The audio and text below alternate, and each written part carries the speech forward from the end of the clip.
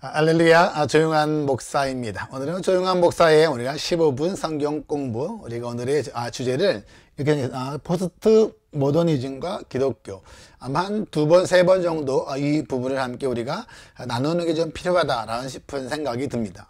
왜냐하면 우리가 예수를 믿지만 복음 가운데서 우리가 오늘날 살아가는 이 세상과 이 세계가 어떠한 생각이 있는가, 이걸 아는 것이 굉장히 중요하거든요. 그래서 우리가 각자의 삶의 복음을 전하는 것도 중요하고, 또한 우리가 그 믿지 않는 사람과 또 다른 사람을 이해할 때도 우리가 복음 가운데서 이 말씀을 우리가 온전히 아실 때에, 이 세상을 우리가 온전히 알았을 때에서야 우리는 제대로 우리가 다른 사람에게 복음을 전할 수 있는 그러한 효과적인 그러한 그리스도의 삶이 될 수 있는 거죠.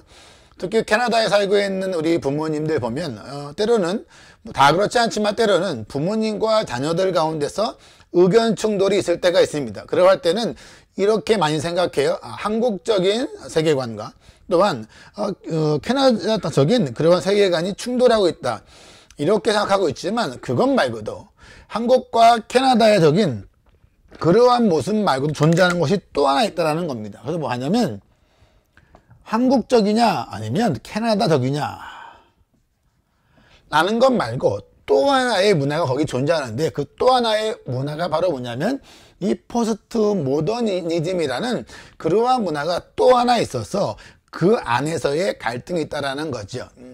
그러니까 우리가 뭐 캐나다뿐만 아니라 부모님 같으면은 한국에 있는 부모와 자녀가 서로 갈등하는 생각이 많거든요. 그것은 같은 문화 안에 있지만 그 안에 뭐예요? 그 포스트 모더니즘에 대한 영향에 따라서 같은 문화 안에도 또 갈등하고 있지만, 캐나다 같은 경우는 우리가 한국적인 것과 또한 기독교적인 것과 또한 거기서 우리가 캐나다적인 것과 포스트 모던적인 이 다중적인 그러한 문화 안에 있다는 그러한 사실을 이해하는 게 굉장히 우리 신앙의 삶에서도 관계의 삶에서도 굉장히 중요하다라는 그러한 사실입니다. 그래서 그 포스트 모더니즘이 무엇인가라는 것에 대해서 좀 설명을 조금 드리려고 합니다. 그래야죠 우리가 예수를 믿지 않는 사람들에게 하나님이 필요합니다, 그러한 사실을 어떻게 우리가 그들에게 전할 수 있을까, 어떻게 그들에게 구원이 필요하다는 것을 알고 그들을 회심할 수 있도록 우리가 도와줄 수 있을까. 이게 바로 그리스도인의 사명이잖아요. 그래서 오늘날의 믿지 않는 사회와 과거의 시대에 믿지 않는 사회는 서로 다르다는 거죠. 그래서 다른 사회에서 어떻게 그들에게 복음을 전할 수 있을까, 어떻게 그들에게 그리스도와 또한 그들에게 구원이 필요하다라는 그러한 사실을 나눌 수 있을까. 바로 그 세계와 세상을 우리가 이해하는 게 필요하다라는 겁니다. 쉽게 말하면 우리가 뭐 다 이야기할 수 없지만 크게 말하면 이렇게 말할 수 있습니다. 과거의 시대, 쉽게 말하면 한 100년 전부터 흐르는 그러한 시대 가운데서는 과거의 시대에는 뭐 돈이나 성공 이러한 것에 크게 유혹받지 않는 그러한 문화였습니다. 그래서 한국도 마찬가지, 캐나다도 마찬가지죠. 돈이 아무리 많이 줘도 나는 그러한 일 하지 않는다. 그렇기 때문에 돈과 성공에 많이 유혹을 안 받는 거죠. 그러니까 물질주의의 유혹을 안 받았던 그러한 모습인데, 오늘날에는 물질주의의 유혹을 많이 받죠. 그래서 오늘날 세계 가운데서 우리가 힘든 것이 바로 뭐냐면 바로 이 물질주의의 영향을 많이 받는다는 겁니다.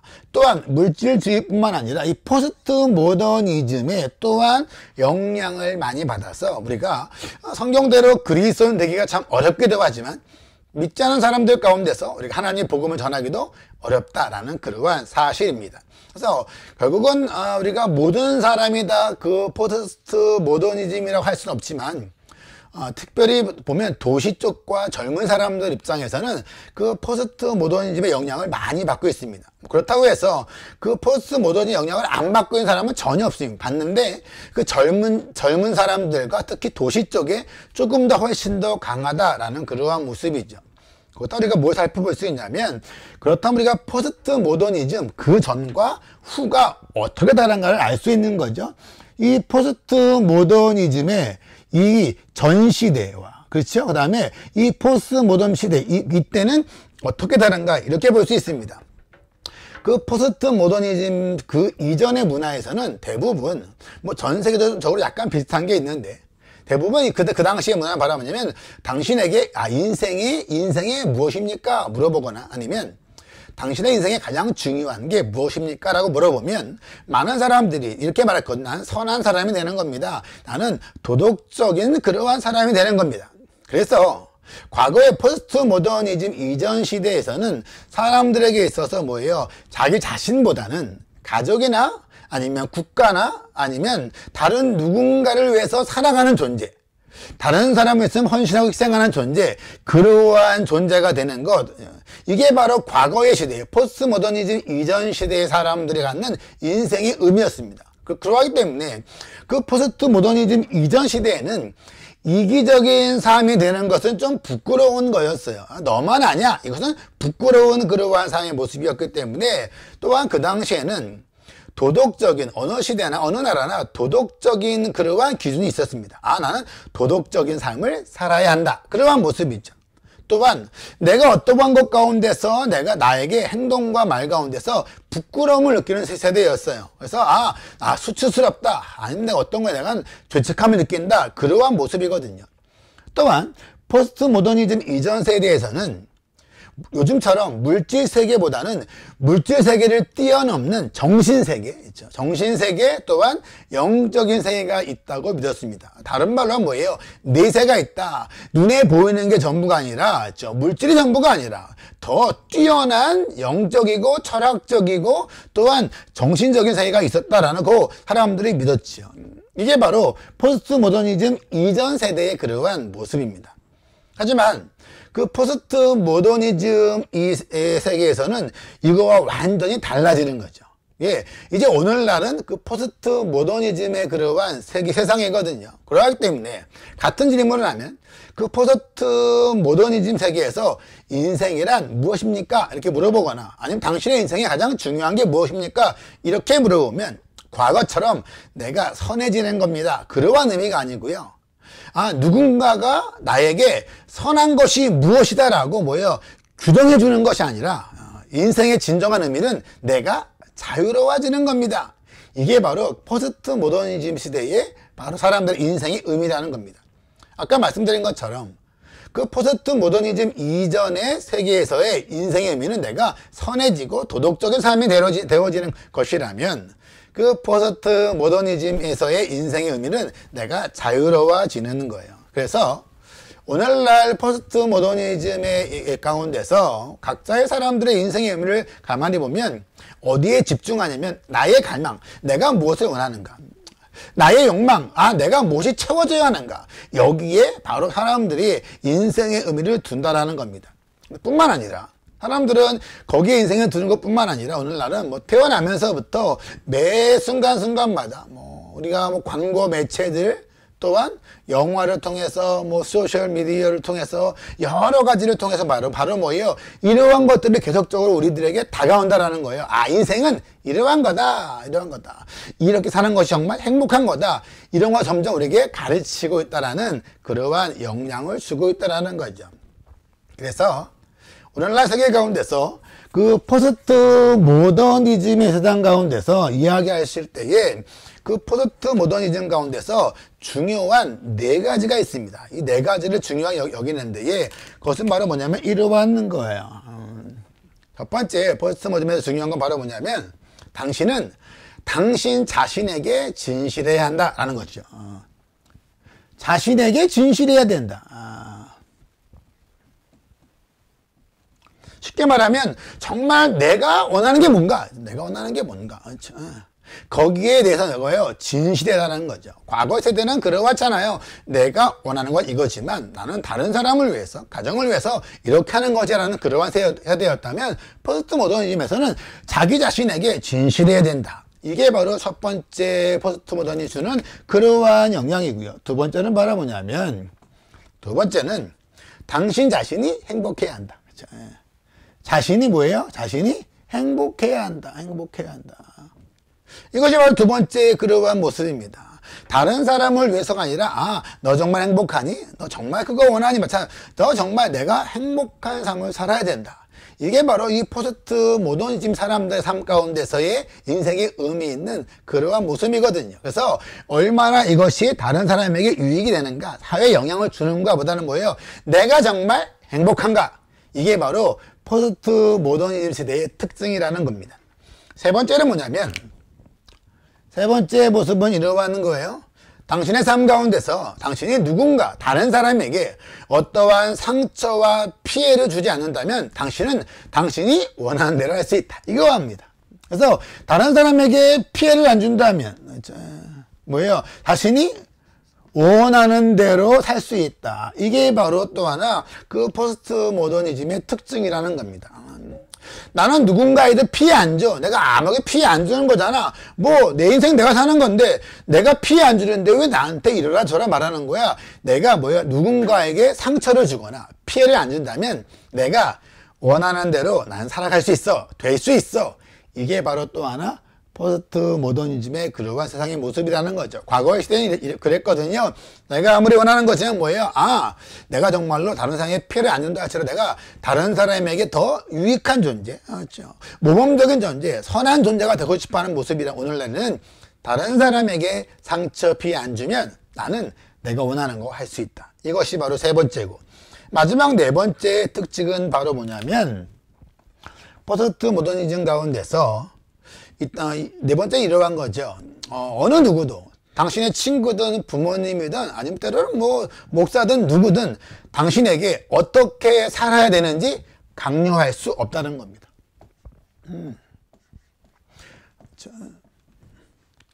그죠?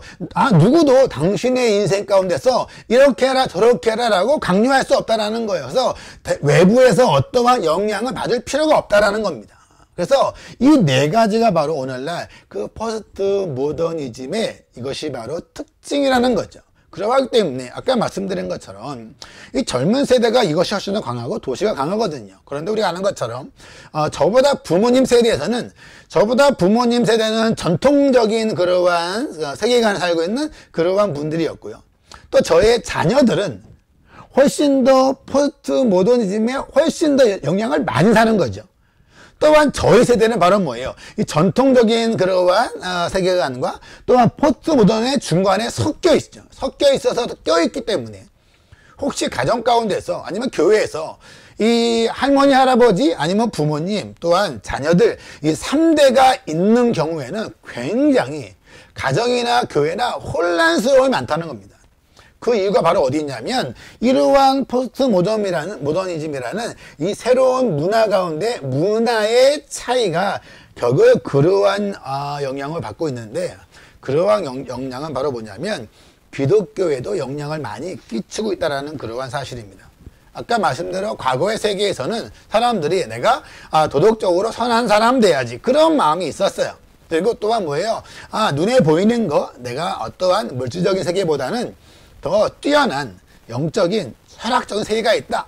그렇게 믿었기 때문에 거기다가 내세 복음을 전하기에 조금 더 다른 방법을 전하는 그러한 모습이죠. 그렇기 때문에 과거의 세대에는 그렇게 믿지 않은 사람들에게 거기에 초점 맞춰서 복음을 전해했던 거고요. 오늘날의 세대는 이러한 포스트 모더니즘, 이러한 생각과 가치가 살아가는 그러한 사람들에게 과거의 방법으로 복음을 전하면 그 복음은 제대로 효과적으로 전달되지 않는다는 겁니다.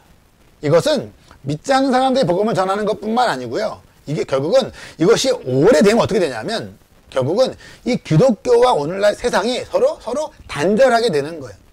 교회와 세상이 단절하게 되어지는 거죠. 왜? 서로 다른 길을 가는 거죠. 왜냐하면 오늘날의 세대는 포스트 모더니즘에 대한 이러한 생각이 있는데 만약에 기독교인이나 교회는 과거 포스트 모더니즘 이전 시대의 문화를 가지고 접근하면 결국은 서로 충돌할 수밖에 없다라는 거죠. 그러기 때문에 예수 믿는 사람들이 믿지 않는 사람들에게 또한 예수 믿는 분들이 우리가 젊은 사람들에게 또한 자녀들에게 우리가 이 포스트 모더니즘에 갖고 있는 이러한 우리가 전제를 가지고 있어야 됩니다.